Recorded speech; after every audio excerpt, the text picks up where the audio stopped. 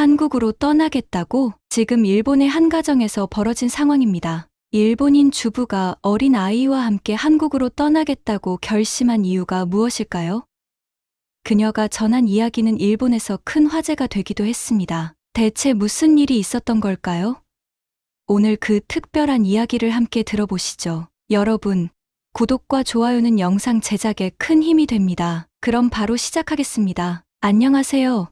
저는 일본 도쿄에 살고 있는 32살 주부 타카하시 유키입니다. 저는 5살짜리 아들 하루토를 키우고 있는 평범한 엄마예요. 남편은 대기업에서 바쁘게 일하고 있죠. 하루하루가 육아와 집안일로 바쁘게 돌아가지만 늘 불안감이 저를 따라다녔어요. 일본은 언제 어디서 대지진이 일어날지 모르는 나라잖아요. 특히 얼마 전 난카이 대지진 가능성에 대한 경고, 방송이 계속 나오기 시작하면서 마음이 점점 무거워졌습니다. 마트에서 장을 보다가도 천장이 흔들리는 상상을 하게 되고 어린 아이와 함께 집에 있을 때 지진 경보가 울리면 손이 덜덜 떨릴 정도였어요. 하루토가 자라날 미래가 걱정되기 시작했습니다. 그러던 어느 날 일본에서 친하게 지내던 미즈키라는 친구가 한 가지 이야기를 꺼내더군요. 유키, 너 혹시 한국으로 여행 가본 적 있어? 아니, 가본 적은 없지만 위험하진 않아? 솔직히 그때까지만 해도 한국에 대해 잘 몰랐어요. 뉴스에서는 한반도의 정세나 정치적 갈등 같은 부정적인 소식들만 주로 다루었으니까요. 그런데 미즈키가 했던 한마디가 제 생각을 완전히 바꿔놓았습니다. 유키, 한국은 정말 아이 키우기 좋은 나라라던데 일본보다 훨씬 안전하고 복지 서비스도 잘 되어 있다고 하더라. 그 말이 머릿속에서 떠나질 않았어요. 정말 그럴까? 한국은 어떤 나라일까?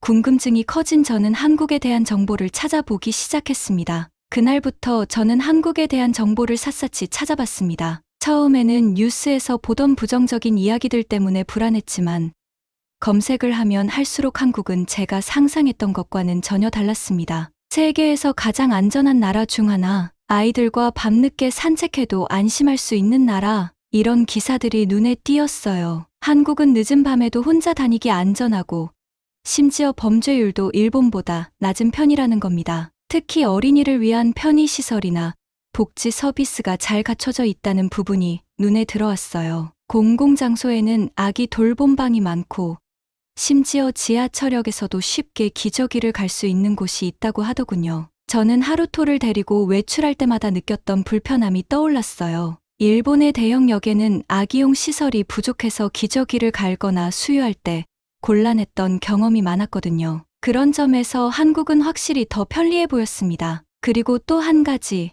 한국의 의료 서비스에 대한 이야기도 빠지지 않았습니다. 한국은 병원비가 저렴하고 의료 서비스가 굉장히 빠르고 체계적이래. 우리나라처럼 병원 예약을 몇 주씩 기다릴 필요가 없다는 거야. 이 점은 특히 저를 놀라게 했습니다. 하루토가 한번 심하게 열이 났을 때 저는 소아과 예약을 하느라 고생했던 기억이 있습니다. 몇 주나 기다려 겨우 진료를 받았던 그때를 생각하면 한국에서는 바로 병원에 갈 수 있다니 마치 다른 세상 같았어요. 시간이 갈수록 제 마음은 한국으로 조금씩 기울고 있었습니다. 하지만 동시에 걱정도 많았죠. 남편에게 이런 생각을 어떻게 말해야 할지 고민이 됐거든요. 일본에서는 여전히 한국에 대한 고정관념이 강한 사람들이 많으니까요. 저는 남편에게 조금씩 한국에 대한 이야기를 꺼내보기로 했습니다. 어느 저녁 하루토가 잠든 뒤 남편과 조용히 차를 마시며 대화를 시작했어요.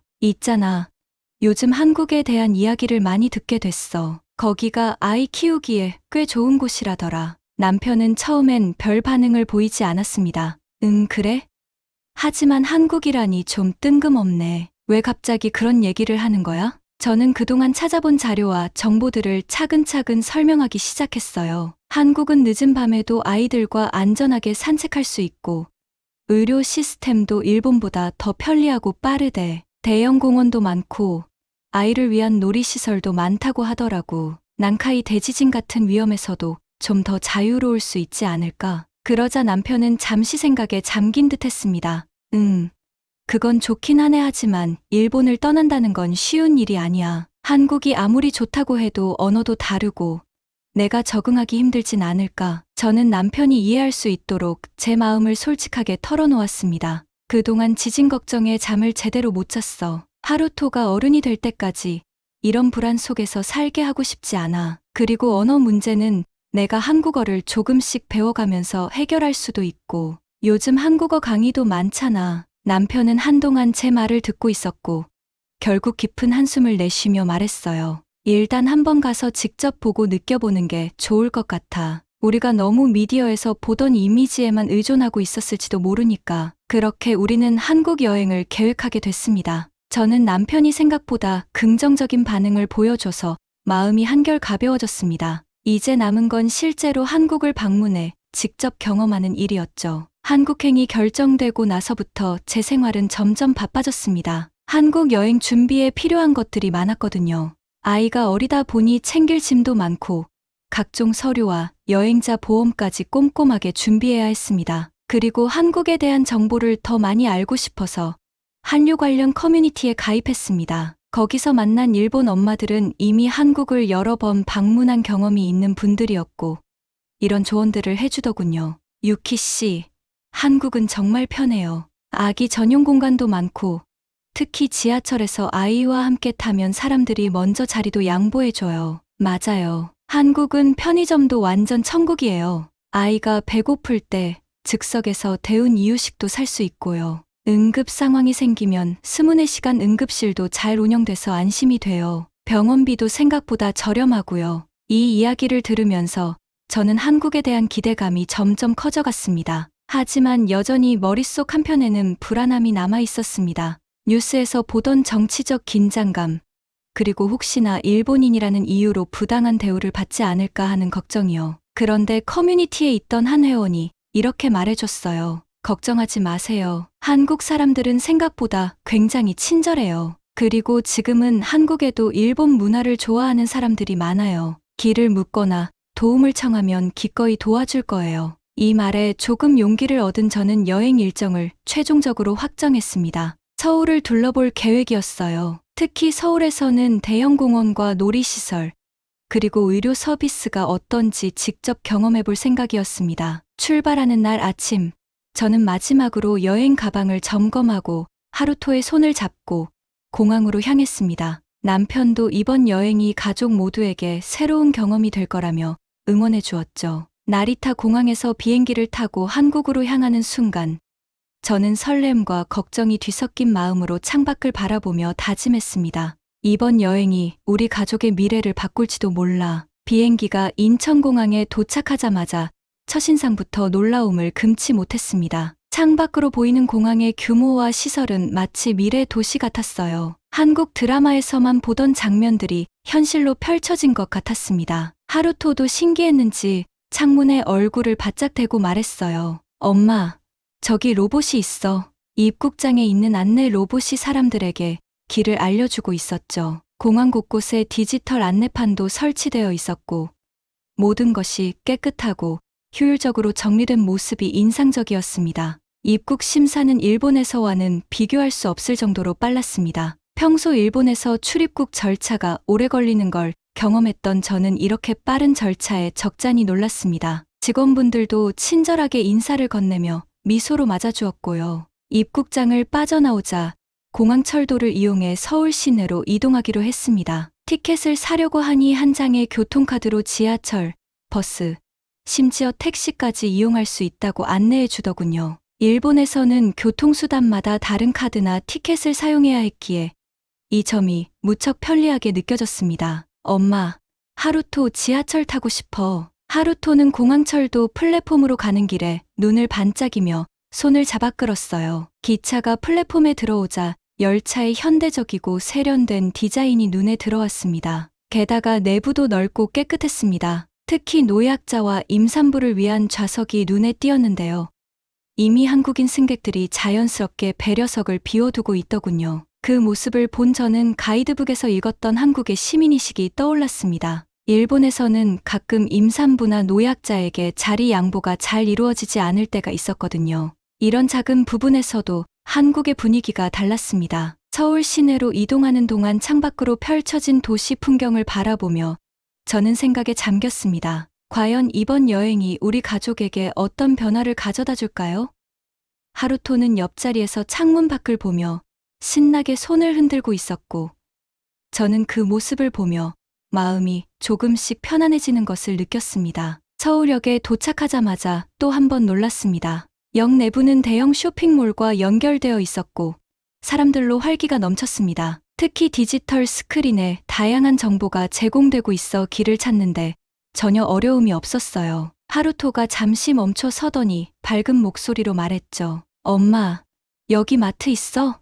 우리 과자 사자. 역 안에는 편의점과 카페, 심지어 대형 마트까지 입점해 있었습니다. 마치 역 하나가 거대한 복합 문화 공간처럼 느껴졌어요. 저는 편의점에 들러 한국에서 유명한 델리 만주와 바나나, 우유를 샀습니다. 하루토, 이거 한번 먹어볼래? 하루토는 바나나, 우유를 한 모금 마시더니 눈이 휘둥그레졌습니다. 엄마, 이거 진짜 맛있어.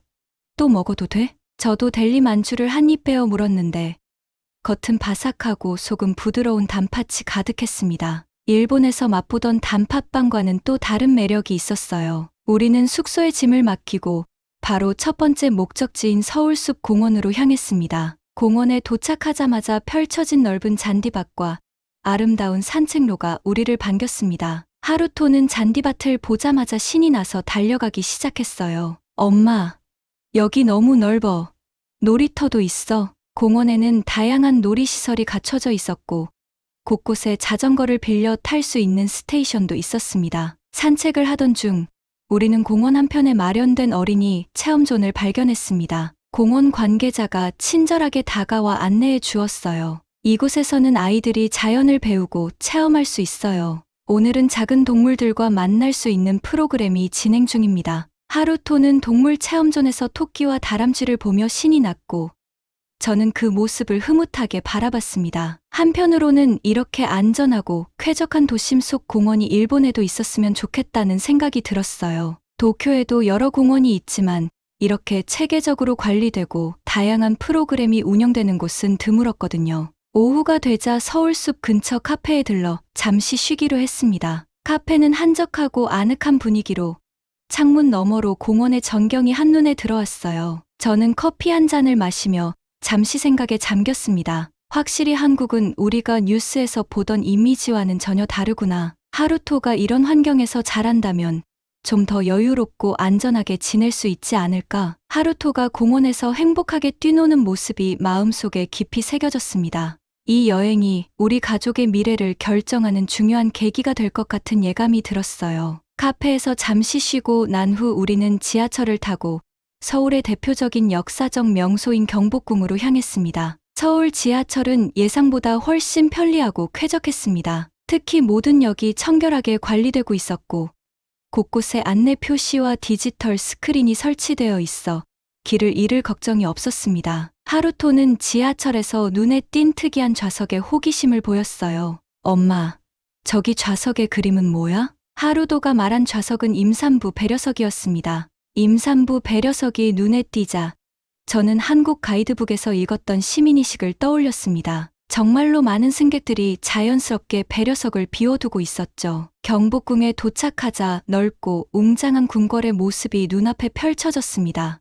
입구에서 한복을 입은 관광객들이 사진을 찍고 있었고 저와 하루토는 한복 체험을 해보기로 했습니다. 아이 전용 한복도 준비되어 있어서 하루토는 작은 왕자님처럼 보였어요. 엄마, 나 멋있어? 그럼 아주 멋진 왕자님이야. 가이드님의 안내에 따라 경복궁을 돌아보며 한국의 역사를 조금씩 알아가게 되었습니다. 그 중에서도 가이드님이 들려준 명성황후 시해 사건 이야기는 충격적이었어요. 당시 일본군이 조선의 왕비를 경복궁에서 살해했다는 사실은 저에게 큰 충격을 주었습니다. 일본에서는 이런 역사적 사실을 제대로 배우지 않았기 때문에 몰랐던 부분이었거든요. 이런 일이 있었다니. 가이드님은 당시 사건의 배경과 일본군이 조선의 내정을 장악하려 했던 과정에 대해서도 설명해 주었습니다. 저는 경복궁의 화려한 건축물들을 보며 그 속에 숨겨진 슬픈 역사의 흔적을 느낄 수 있었습니다. 할아버지와 할머니께서도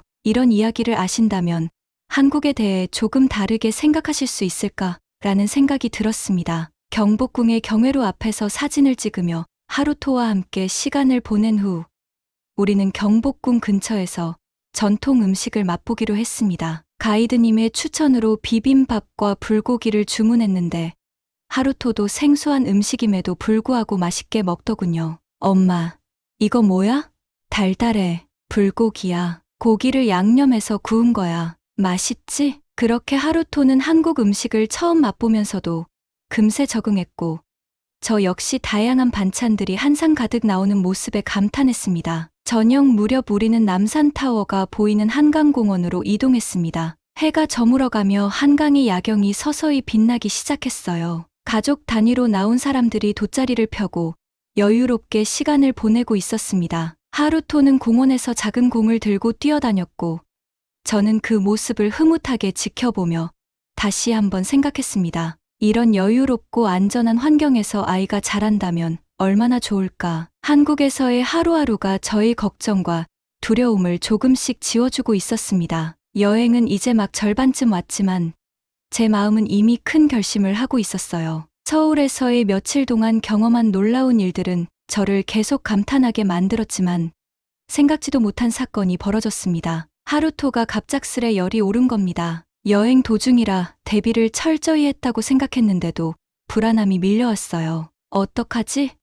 당장 병원에 가야 하는데 한국 병원 시스템이 빠르다고 들었지만 외국인인 제가 어떻게 대처해야 할지 몰라 순간 당황했습니다. 하지만 호텔 프런트 데스크에 도움을 요청하자마자 직원분이 빠르게 근처 소아과를 알아봐 주었습니다. 근처 24시간 소아과 병원이 있습니다. 택시를 부를까요? 호텔 직원의 신속한 대응 덕분에 우리는 바로 병원으로 이동할 수 있었습니다. 병원에 도착하자 접수대에서 저를 친절하게 안내해 주었고 영어와 간단한 일본어를 사용하는 통역 직원도 있었습니다. 하루토는 곧바로 진료실로 들어갔고 의사 선생님은 차분하게 상태를 점검한 후 설명해 주었어요. 다행히 큰 문제는 없어요. 아이가 피곤해서 면역력이 잠시 떨어진 것 같네요. 열을 내리는 약을 처방해 드리겠습니다. 진료를 마친 후 병원비를 계산하는데 걸린 시간은 고작 몇 분이었습니다. 게다가 진료비가 예상보다 훨씬 저렴했습니다. 일본에서라면 응급 상황일 경우 예약 없이 병원에 가는 것이 어렵고 비용도 만만치 않았을 겁니다. 저는 한국의 의료 시스템이 정말 놀라울 정도로 효율적이라는 걸 새삼 깨달았습니다. 엄마, 이제 괜찮아. 약을 먹고 기분이 나아진 하루토가 밝게 웃으며 말했습니다. 저도 안도의 한숨을 쉬며 하루토를 꼭 안아주었습니다. 병원을 나오며 저는 마음속으로 확신이 들기 시작했어요. 그래, 여기가 우리가 새로운 시작을 할 수 있는 곳일지도 몰라. 한국에서라면 아이를 안전하고 건강하게 키울 수 있겠어. 그날 밤 호텔 방에서 하루토가 곤히 잠든 모습을 보며 저는 남편에게 전화를 걸어 한국에서 있었던 일들을 자세히 이야기했습니다. 남편도 하루토의 상태가 금방 나아졌다는 말에 안심하며 말했습니다. 확실히 한국은 의료 시스템이 뛰어난 것 같아. 이번 여행이 끝나면 우리도 진지하게 앞으로의 계획을 이야기해보자. 한국에서의 마지막 날이 밝았습니다. 남산타워와 한강에서의 마지막 여정을 끝으로 우리는 공항으로 향했습니다. 공항으로 가는 동안 저는 창밖의 서울 풍경을 보며 많은 생각에 잠겼습니다. 이제 다시 일본으로 돌아가면 어떻게 해야 할까?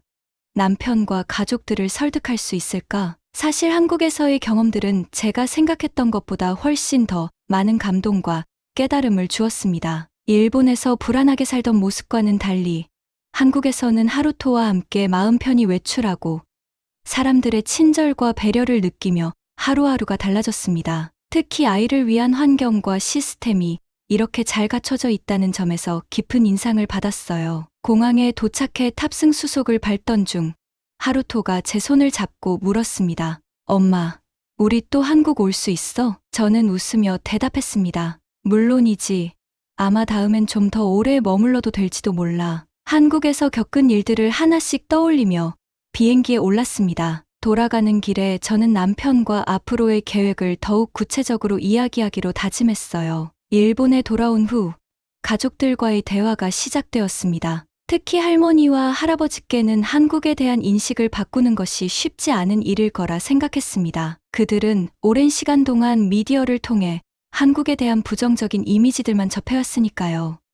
저는 남편과 가족들에게 한국에서 있었던 일들을 차분히 설명했습니다. 하지만 가족들은 여전히 의심의 눈초리로 바라보며 반신반의하는 듯했어요. 특히 할아버지는 한국에 대해 부정적인 의견을 계속해서 고집하셨죠. 그래도 일본이 더 안전하잖아. 괜히 다른 나라에서 무슨 일이 생기면 어쩌려고. 저는 순간 할아버지의 말에 잠시 망설였지만 최근에 일본에서 벌어지는 일들을 떠올리며 조심스럽게 말했습니다. 할아버지, 일본이 정말 그렇게 안전한가요?